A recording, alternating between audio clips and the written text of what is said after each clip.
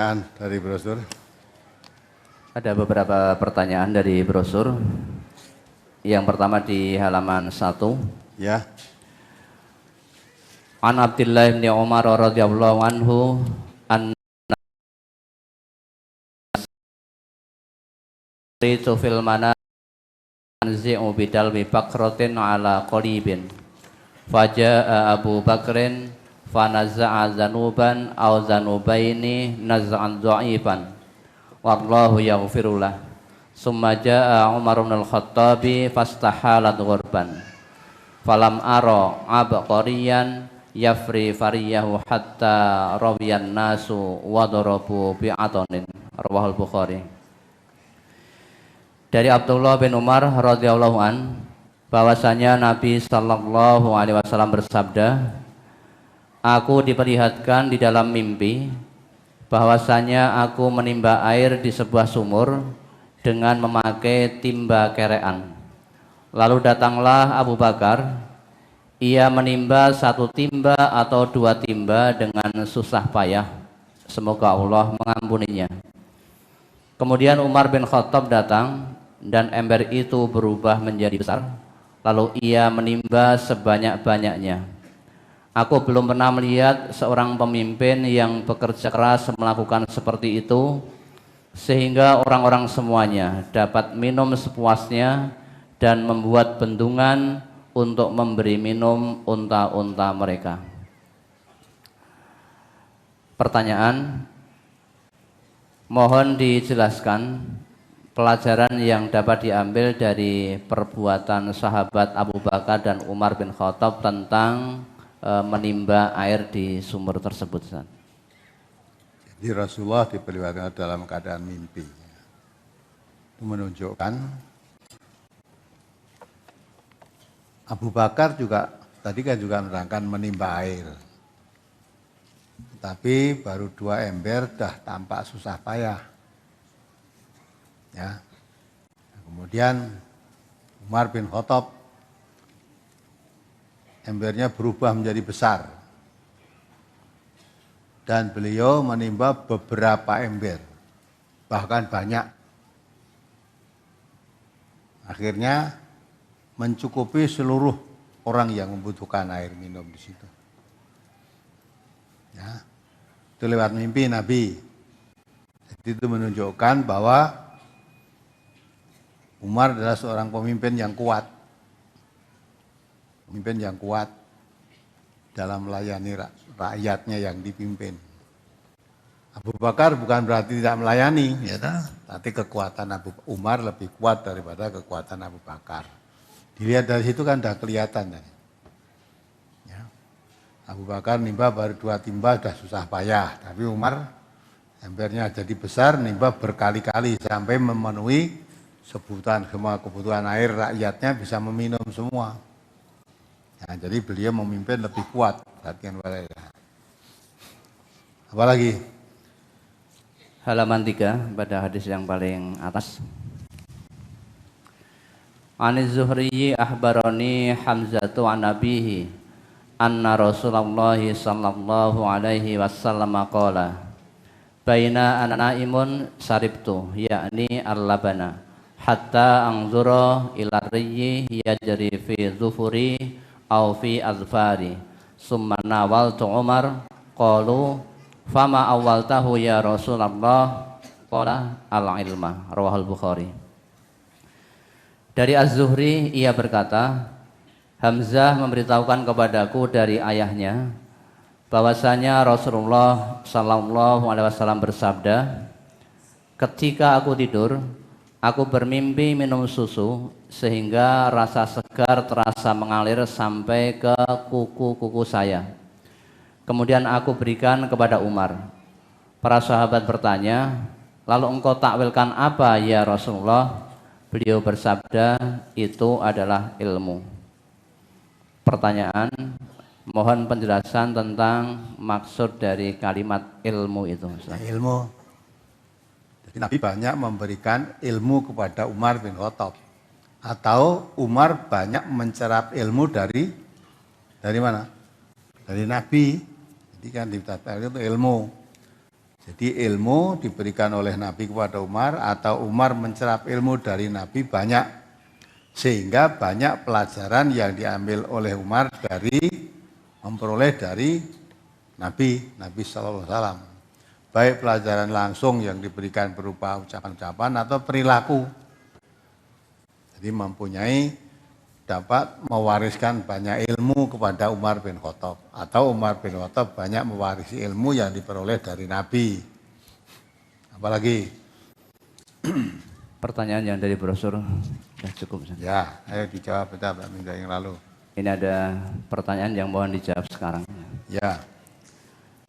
Saya pernah mengatakan talak kepada istri saya, tetapi sebelum iddah selesai, saya rujuk lagi. Dan beberapa tahun kemudian juga mengatakan talak lagi, tapi belum iddah selesai, rujuk lagi. Yang saya tanyakan, berapa kali saya boleh mentalak istri menurut tuntunan Islam? Talak yang boleh rujuk hanya 2 kali. At-tolaku marotani. Tolak yang boleh rujuk itu hanya 2 kali. Jadi kamu sudah habis. Nanti kalau sampai istrimu kamu tolak lagi dan tidak boleh rujuk. Ini tolak yang kamu pada istrimu itu 2 kali yang boleh rujuk sudah habis. Kalau sampai kamu mentolak istrimu lagi dan tidak boleh rujuk lagi. Apalagi? Kenapa toh? Punya istri kok talak rujuk. Maunya apa? Kecuali kalau talak lagi dan tidak bisa rujuk, kecuali kalau istrimu nikah dulu dengan orang lain. Nikah dengan orang lain ternyata dalam pernikahan gagal, lah baru boleh kembali kepada kamu lagi. Nikahnya itu pun nikah sungguhan, bukan sandiwara. Sandiwara maksudnya karena kamu ingin merujuki lagi tapi sudah habis, kamu pesen orang suruh nikahi istrimu, nanti sebulan atau 2 bulan suruh mencerai supaya bisa kembali kepadamu. Tidak boleh itu. Ya, orang yang menikahi semacam itu namanya mukhalil, itu tidak menjadikan sah, malah dosa. Jadi kalau sudah 2 kali, sudah habis. Kalau kamu mentalak istrimu yang ketiga, sudah tidak boleh rujuk lagi. Apalagi? Saya mantan janda selama 15 tahun.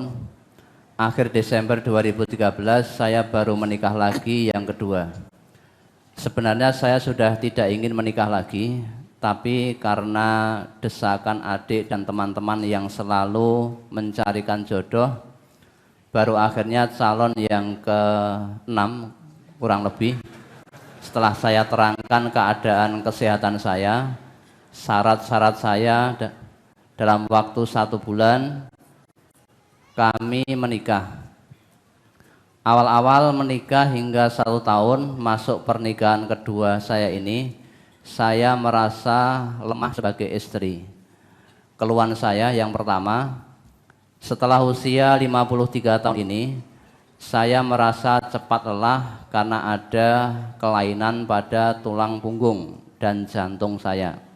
2, suami selalu menuntut hubungan suami istri terlalu sering yang makin melelahkan saya dan tidak mau tahu saya cepat lelah punggung.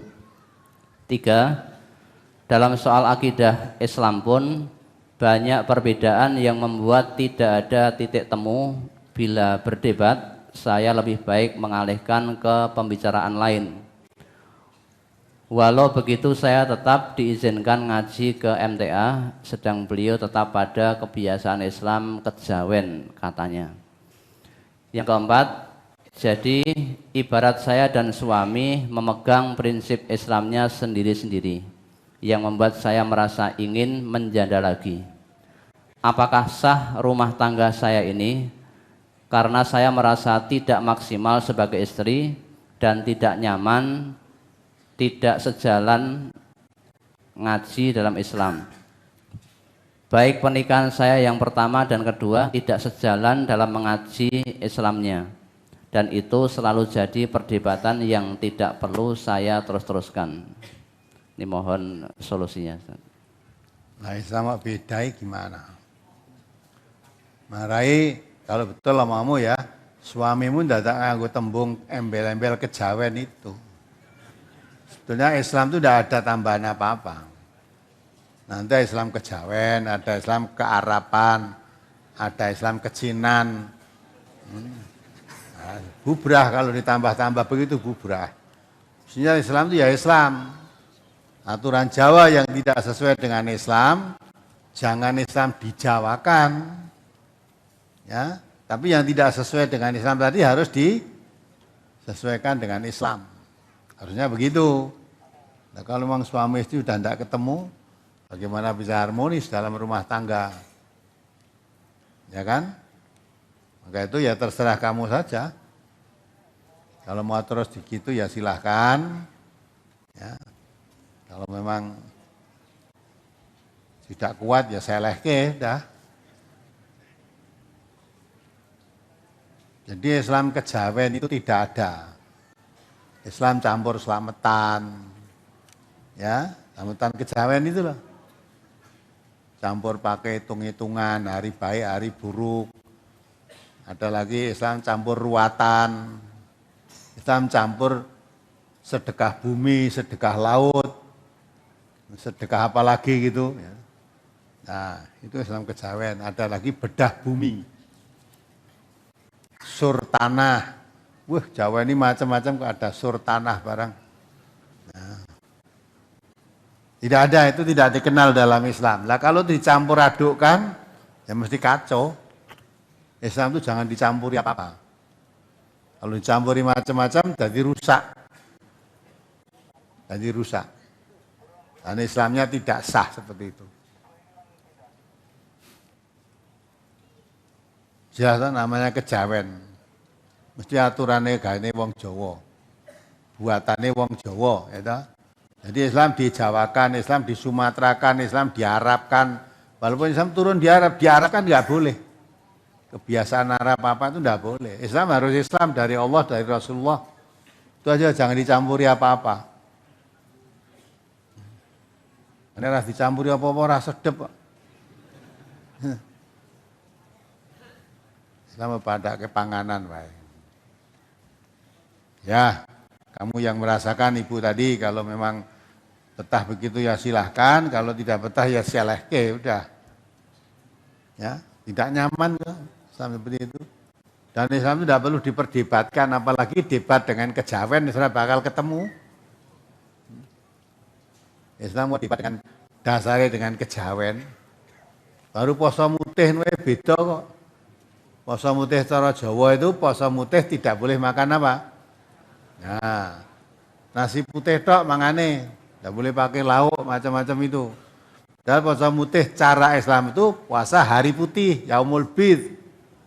Puasa 3 hari tiap bulan itu Yaumul Bid, hari tanggal 13, 14, 15 bulan Komariah. Ini puasa putih Jawa kan retok mangan lawuh. Suka putih tok sak kepel gitu. Nah, lain kah? Puasa mutih. Puasa ngebleng ya beda. Kalau ngebleng cara Islam itu ya, tidak ada puasa ngebleng, puasa wisol adanya. Yang puasa Jawa nggak ngebleng ya ngebleng-bleng wae itu. Nah, atau puasa nyambung. Kalau dalam Islam kan puasa wisol, itu yang boleh hanya Nabi. Umatnya nggak boleh melaksanakan puasa wisol itu. Nah, nek Jawa, nek kepengin arep weruh tuyul puasa ngebleng.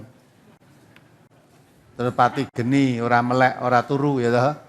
Malam suntuk udah buka, ndak apa itu makan, ndak boleh lihat sinar matahari. Nah, kan wis rada klenger kuwi kan delok tuyul ning ngarepan. Nanti orang yang dicurigai mempunyai pesugihan lewat di depannya itu lah, iya toh, yang di belakang itu tuyulnya. Padahal memang yang puasa itu akan mati, klenger. Lihat satu tampak dua. Bapak pernah lihat nggak? Lihat satu tampak dua pernah lihat nggak? Nah, namanya itu berkunang-kunang, wis klenger. Nah, nanti kalau udah makan, tuyulnya hilang, udah kenyang, perutnya kenyang, wis lenyeng-lenyeng lagi ya toh. Apalagi? Halaman 6 pada arti hadis yang paling atas. Dari Sa'id bin Al-Musayyab bahwasanya Abu Hurairah radhiyallahu an berkata, ketika kami berada di sisi Rasulullah sallallahu alaihi wasallam, beliau bersabda, sewaktu aku sedang tidur, aku bermimpi berada di surga. Tiba-tiba ada seorang wanita yang sedang berwudu di samping sebuah istana. Maka aku bertanya, kepunyaan siapakah istana ini? Lalu orang-orang menjawab, kepunyaan Umar. Lalu aku teringat kecemburuannya, maka aku berpaling dan pergi. Maka Umar menangis dan berkata, apakah kepadamu aku cemburu ya Rasulullah? Pertanyaan, maksud kecemburuan ini pada siapa? Sedang Umar adalah seorang pemuda dari Quraisy juga. Nabi itu kok. Nabi bermimpi ya, melihat Umar itu yang selalu sangat kecemburuannya. Tidak dijelaskan di itu kecemburuannya pada siapa, nggak dilihat. Dan Nabi begitu. Dan Umar kan mengelak. Apakah padamu saya bercemburu ya Rasulullah, kan gitu lah. Udah gitu aja. Jadi menurut penilaian Nabi, Umar itu orang yang sangat cemburu. Ya, cemburu. Cemburu itu bisa bermacam-macam. Salah cemburu agama bisa, ya. Tapi Umar mengatakan, ya Rasulullah, apa saya cemburu kepadamu?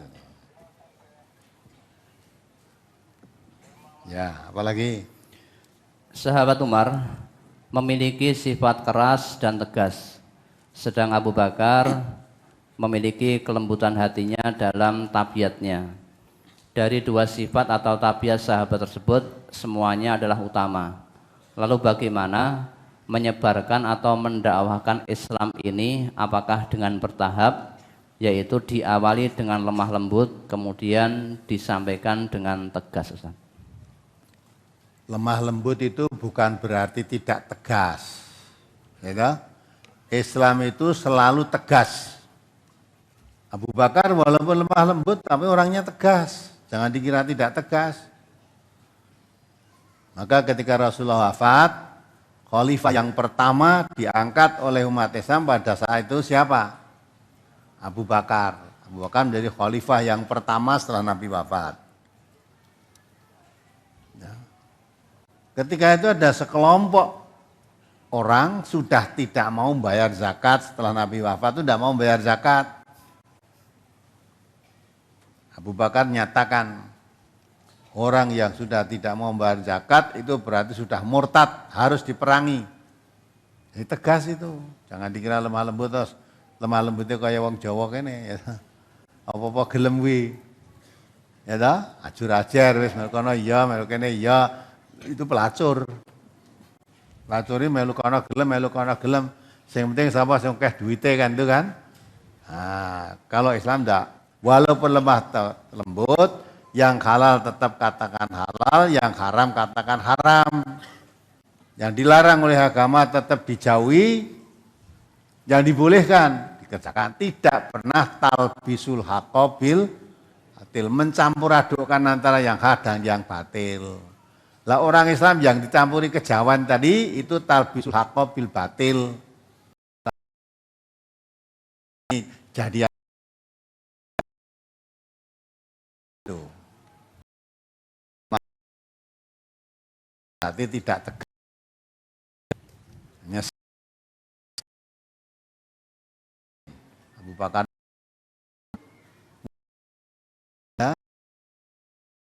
kan mudah menangis. Nabi sebagai imam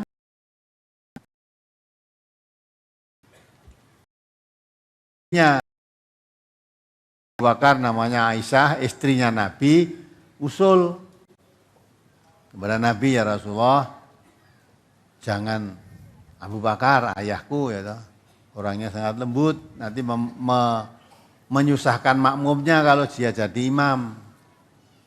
Ya. Sebab kalau dia membaca ayat-ayat kan sering menangis.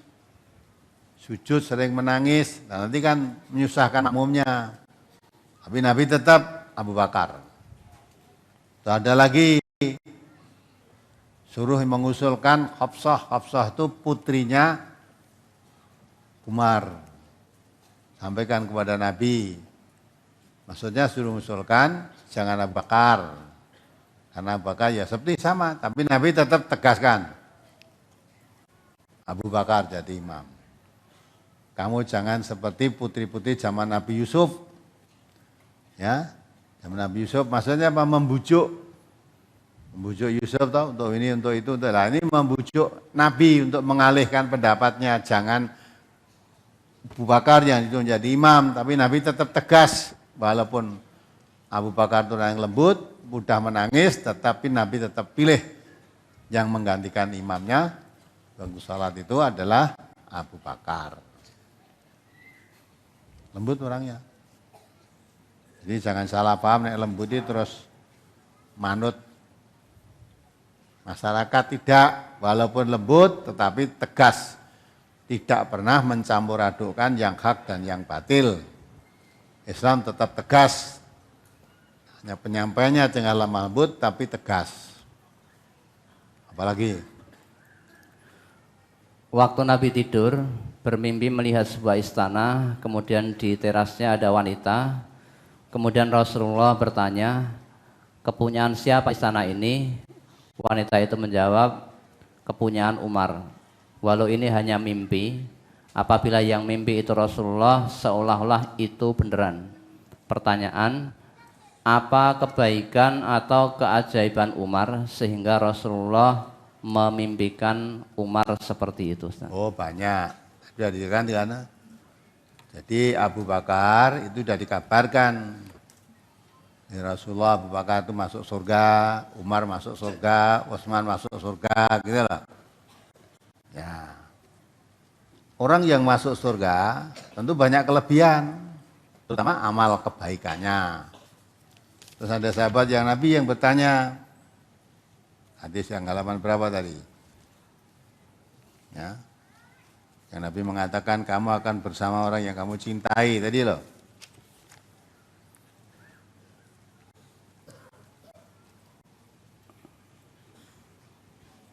Halaman 8. Ya halaman 8 coba dibaca.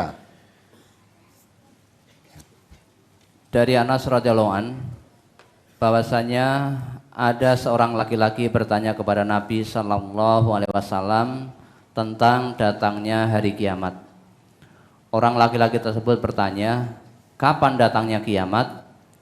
Nabi sallallahu alaihi wasallam balik bertanya, apa yang telah kamu persiapkan untuknya? Ia menjawab, tidak ada sesuatu yang saya persiapkan selain bahwa saya cinta kepada Allah dan Rasul-Nya sallallahu alaihi wasallam. Maka beliau bersabda, kamu bersama dengan orang yang kamu cintai.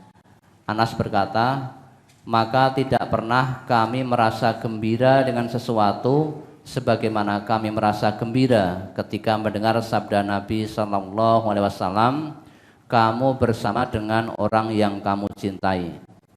Anas berkata, saya mencintai Nabi sallallahu alaihi wasallam, Abu Bakar, Umar, dan saya berharap bisa bersama mereka karena cinta saya kepada mereka itu, walaupun saya tidak beramal seperti amal-amal mereka.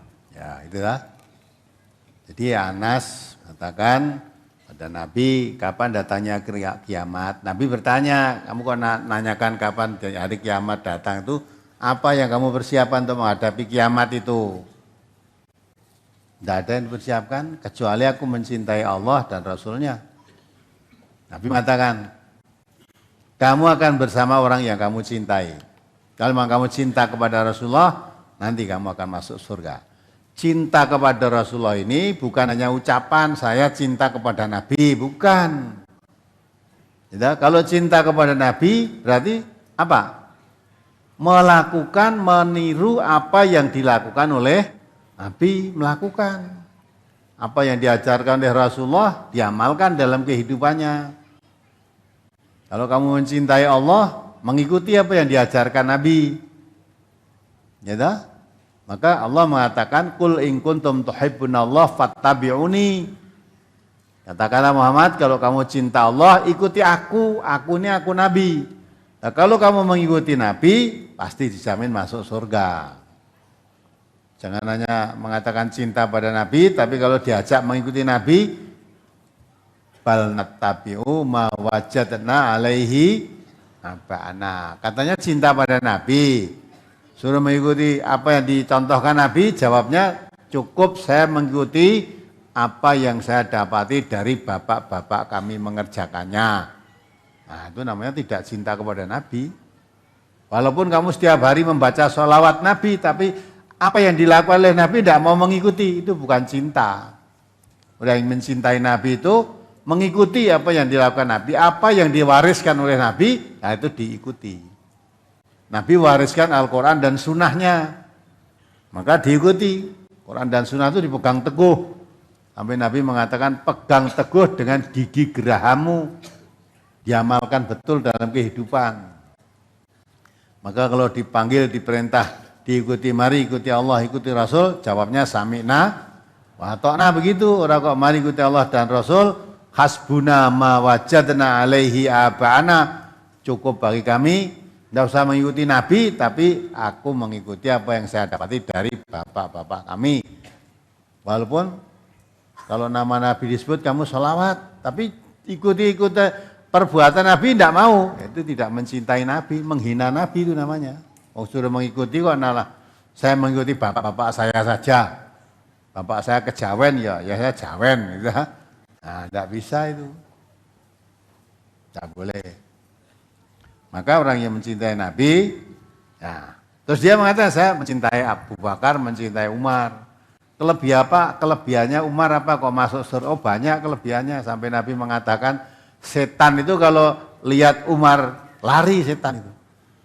Ya, kalau misalnya Umar lewat jalan ini, setan tidak mau, setan kepetok Umar nyimpang jalan ya. Jadi setan itu dengan Umar takut sekali. Kalau dengan kita kan kompromi setan itu. Nah, setan kompromi, dah kerjasama lah. Kalau dengan Umar melihat saja sudah lari terbirit-birit. Nah, itu kelebihannya. Maka tidak bisa untuk berbuat maksiat, karena semua kejahatan, kemaksiatan itu bujuk rayunya setan. Nah, karena setan ketemu Umar sudah lari, takut dia tidak mau membujuk Umar. Apalagi halaman 7. Dari Abu Musa radhiyallahu anhu, ia berkata, dahulu ketika saya bersama Nabi Shallallahu Alaihi Wasallam sedang berada di sebuah kebun di antara kebun-kebun di Madinah, lalu datang seorang laki-laki minta dibukakan pintu. Lalu Nabi Shallallahu Alaihi Wasallam bersabda, bukakanlah pintu untuknya dan sampaikan kabar gembira kepadanya dengan surga. Lalu aku membukakan pintu untuknya. Ternyata dia adalah Abu Bakar. Lalu aku sampaikan kabar gembira kepadanya sebagaimana yang disabdakan oleh Nabi sallallahu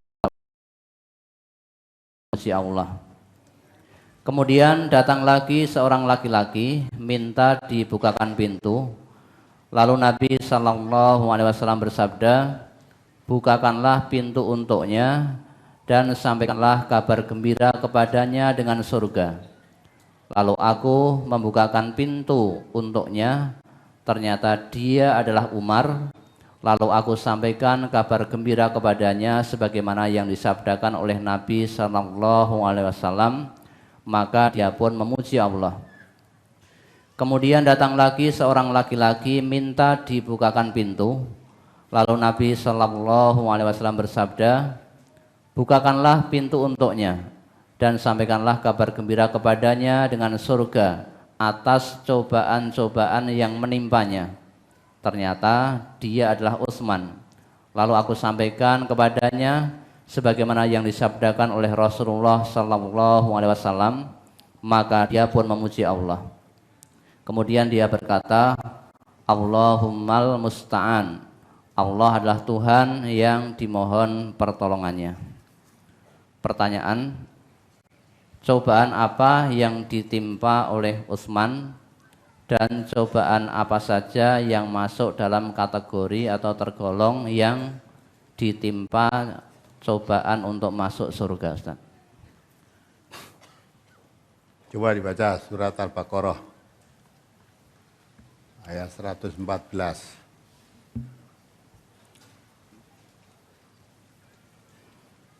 Surat Al-Baqarah ayat 214. Ya. A'udzu billahi minasyaitonir rajim. Am hasibtum an tadkhulul jannata walamma ya'tikum masalul ladzina khalau min qablikum massathumul ba'sa wad-dharra wa zulzilu hatta yaqular rasul walladzina amanu ma'ahu mata nasrullah ala inna nasrallahi qarib. Apakah kamu mengira bahwa kamu akan masuk surga padahal belum datang kepadamu cobaan sebagaimana halnya orang-orang terdahulu sebelum kamu? Mereka ditimpa oleh malapetaka dan kesengsaraan serta diguncangkan dengan bermacam-macam cobaan, sehingga berkatalah Rasul dan orang-orang yang beriman bersamanya, bilakah datangnya pertolongan Allah? Ingatlah, sesungguhnya pertolongan Allah itu amat dekat. Itu syarat masuk surga. Apakah kamu mengira masuk surga sebelum pernah datang kepadamu ujian, cobaan, seperti yang pernah didatangkan oleh Allah pada orang-orang yang dahulu?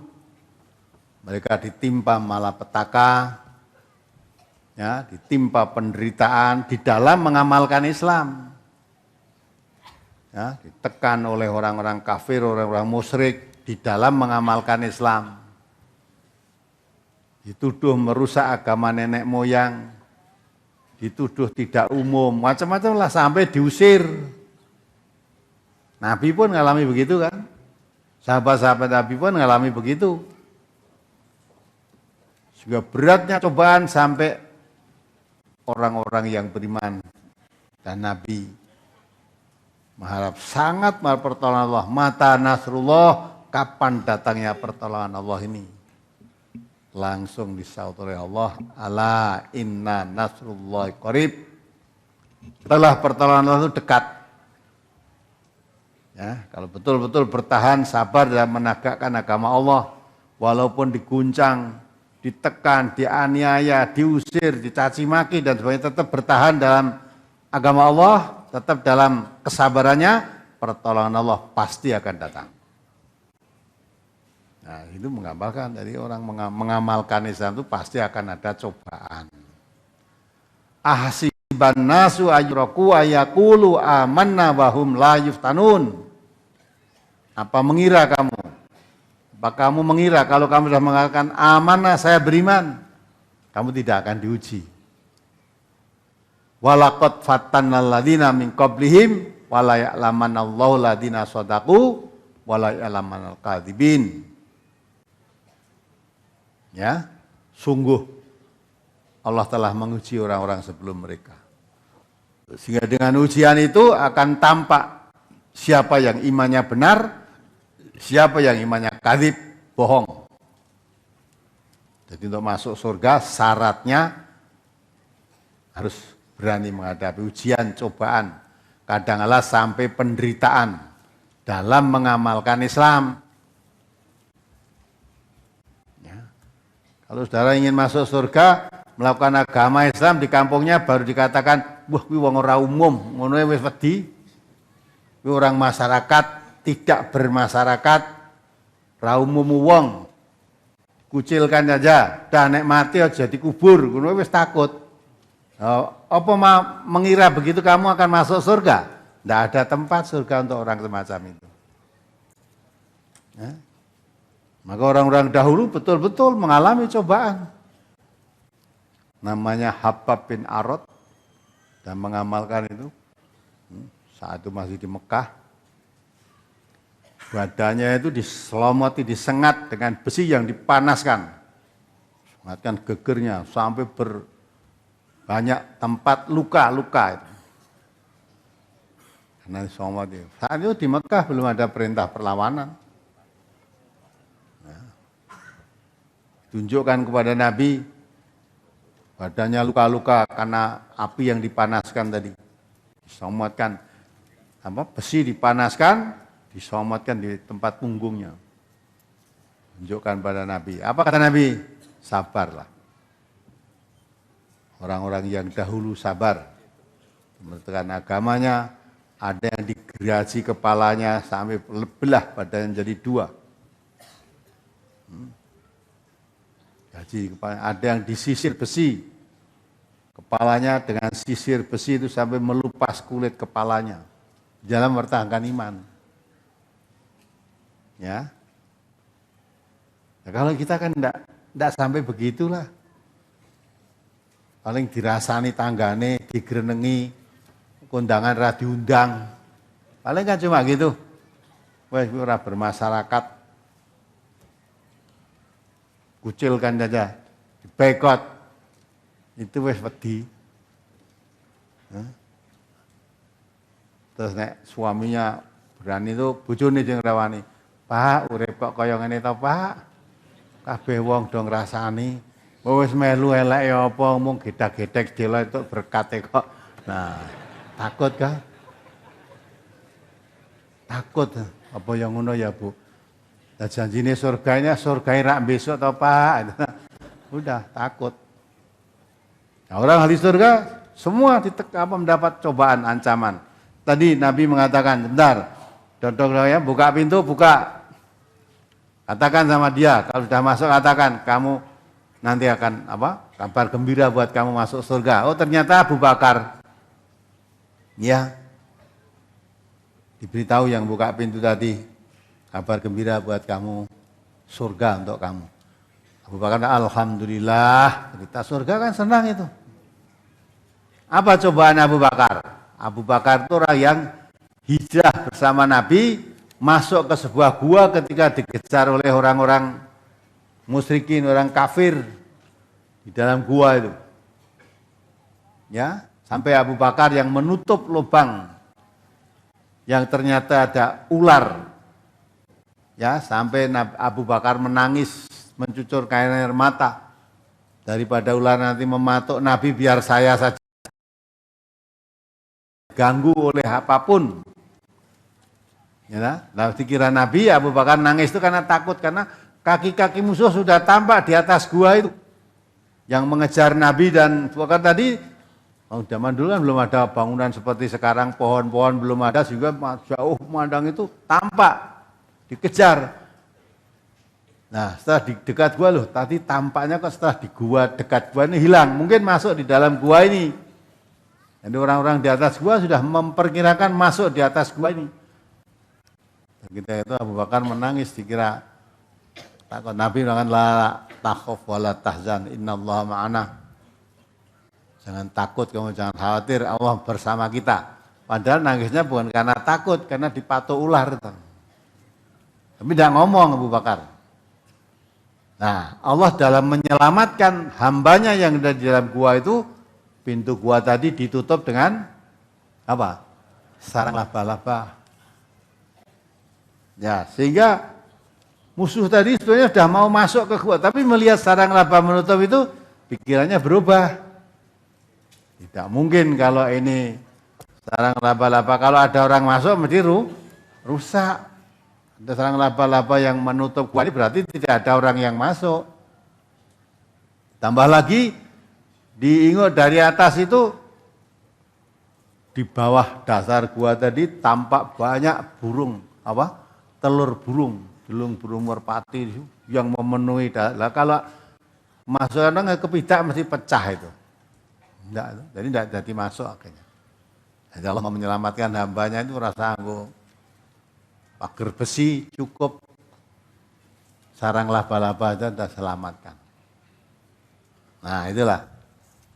Jadi Abu Bakar yang menemani Nabi hijrah itu. Utsman juga begitu. Utsman itu berat juga dalam menghadapi tantangan-tantangan. Malah pada zaman pemerintahan Utsman, dianggap Utsman itu bersekongkol. Ya. Untuk apa itu? Mengadakan kudeta, seolah-olah tidak apa? Waktu jadi pemerintahan itu yang seolah-olah nepotisme. Tuduhan macam berat itu pada Utsman. Dan Utsman itu adalah menantu Nabi. Menantu Nabi.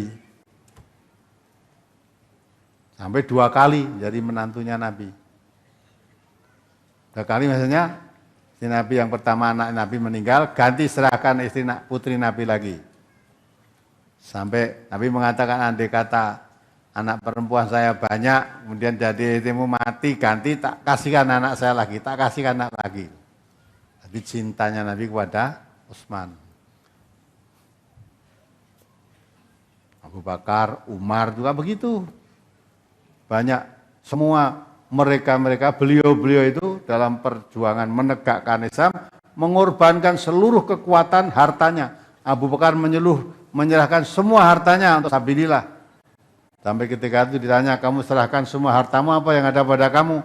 Saya tinggal punya Allah dan punya Rasulullah. Umar juga menyerahkan semua hartanya, untuk itu diterima oleh Nabi separuh. Utsman juga begitu. Ya, seluruh harta kekayaannya. Ini semuanya para sahabat-sahabat Nabi itu untuk perjuangan untuk Islam itu cong semua. Nah kita untuk Islam itu menyerahkan apa? Coba dipikir. Wis tahu andil apa untuk Islam ini? Mau infak TV 1.000 dicabut lagi kok. Mungkin ada kan? Ada yang tanya akad pagi itu. Sebetulnya mau infak. Sire mau infak 10 atau berapa kok 100 batu mlebu gelo. 100.000. Lah jika ning mlebu kota ora iso dijiko. Tapi kalau memang kamu apa itu merasa kecewa ya nanti minta yang ngurus itu nanti jujur 90.000 gitu loh. Maka jauh toh perbandingan kita dengan sahabat-sahabat Nabi. Nah Allah mengatakan, apa mengira kamu akan masuk surga seperti ini? Surga 10.000 kira-kira. Nah, maka surga itu sudah. Sahabat dahulu ada suatu riwayat sedang peperangan, sedang dia istirahat. Sedang makan kurma di genggaman tangannya ini sambil istirahat. Kemudian tanya pada Nabi, ya Rasulullah, kalau saya maju perang, kemudian mati, apa yang boleh? Kamu mati, kamu surga. Langsung rindunya dengan surga itu, dia menghabiskan kurma 1 genggamnya itu tidak sampai, tidak tahan, tidak sabar. Akhirnya kurma tadi dibuang, maju perang, akhirnya mati. Masuk surga. Ada pengantin baru, sedang senang-senang, sedang bermusyawarah dengan istrinya, habis kumpul sama istrinya, langsung mendengar seruan untuk perang, langsung dia selesai kumpul sama istrinya juga mempersiapkan peralatan perang, suaminya berangkat perang, mati dalam peperangan. Akhirnya Nabi perlihatkan, ya, orang tadi dimandikan oleh bidadari-bidadari dari surga. Karena dia tadi habis bersetubuh dengan istrinya, belum sempat mandi, sudah perang, akhirnya dimandikan bidadari dari surga. Ya, itu indah sekali. Ada sekarang kita pengantin anyar kok perang itu. Ya, pengantin anyar jadi guru daerah apa, jadi guru apa tugas. Pengantin kayak cuti 14 hari nih pegawai negeri itu tuh, cuti, malah cuti orang nyambut gawe. Apa mulai kok ditinggal perang loh. Mas, aku nek mati aku ya dadi rondo. Pamit sik. Nah, ini kecintaannya kepada dunia lebih kita itu. Lah maka Allah mengatakan, apa kira kamu begitu akan masuk surga? Surga itu tidak semurah itu. Maka saya katakan kalau saudara ngaji itu diamalkan, pasti ada ujian. Ya, mesti beda di tengah masyarakatnya kalau mengamalkan. Dulu tidak, sekarang mengamalkan. Mesti beda. Lah berbeda itu mesti mendapat cobaan. Diolok-olok tanggane. Kandake wong ra lumrah. Ora umum, ora masyarakat. Senek mati arep mendem dhewe, gitu dah. Lah krungu gitu aja sudah panas ning kuping itu. Mikir saben dina rasanan karo bojone piye ya Bu awake terus ngaji apa ora ya nek ngaji dirasani ki ya ora enak. Ya ta? Kan kepenak gabung apa-apa melu ning kono kanggo lelak penak. Pilih ndi? Nah, itu kan. Maka orang mengamalkan Islam dalam kehidupan itu pasti akan diuji. Apalagi Nabi mengatakan sayati badal Islamu ghoriban wa sayaudu ghoriban kama bada'a fatuba lil ghuraba. Dulu Islam itu ketika baru datang nyeleneh, asing, tidak umum. Nanti akan ada suatu zaman orang mengamalkan Islam apa adanya tanpa asing lagi. Tidak umum lagi, mesti banyak orang yang mencemooh wong ora umum. Tapi Nabi mengatakan fatuba lil ghuraba. Bahagia orang yang tidak umum. Nah, kita kalau baru dikatakan orang tidak umum, wis rekoso uripe. Tapi ya apa ora diundang. Dijak seneng nganti awake dhewe mati sing ngubur sapa. Ngono wis deg-degan. Padahal sudah tak kandhani bola-bali. Kalau kita mati itu tidak perlu mikir dikubur sapa, dikubur di mana, tidak perlu mikir. Orang mati itu tidak usah mikir saya nanti dikubur apa tidak. Orang mati itu dikubur dan tidak akan mau saja. Karena kalau sudah mati itu urusannya yang hidup. Mula jangan takut yang mau diagar-agari ben sore mati ben mendem dhewe. Itu tidak usah takut. Orang dipendem ya gelem kok wong mati. Ya ta? Apa kalau dari pendem bisa protes? Tidak kan? Ya, dipakake asu mbak wis biyen nek karepe. Pendem ya biar. Itu kalau orang mati tidak dikubur yang dosa siapa? Yang hidup. Orang mati udah tidak punya urusan. Jadi wong mati tugasnya mau